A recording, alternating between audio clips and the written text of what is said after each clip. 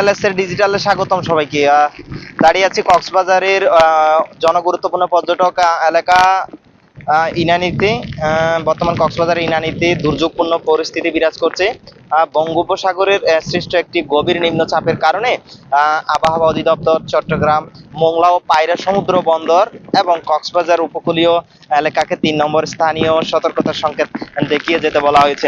কক্সবাজারের নিম্নচাপটি আরো ঘনীভূত হয়ে আজ সন্ধ্যা নাগাদ ভারতের পশ্চিমবঙ্গ ও বাংলাদেশের উপকূল অতিক্রম করতে পারে। এর প্রভাবে উত্তর বঙ্গোপসাগর বাংলাদেশের উপকূলীয় এলাকা ও সমুদ্র বন্দর সমূহের উপর দিয়ে দমকা বা জোড়ো হাওয়া বয়ে যেতে পারে।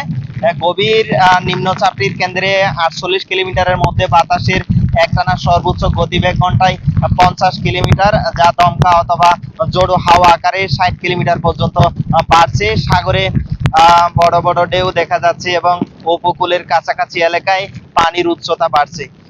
কক্সবাজার জেলা ও উখিয়া উপজেলা প্রশাসন সমুদ্র সৈকতে লাল পতাকা উড়িয়ে পর্যটকদের সতর্ক করছে। মাছ ধরা নৌকা ও ট্রলার সমূহকে পরবর্তী নির্দেশনা না দেওয়া পর্যন্ত নিরাপদ আশ্রয়ে থাকতে বলা হয়েছে।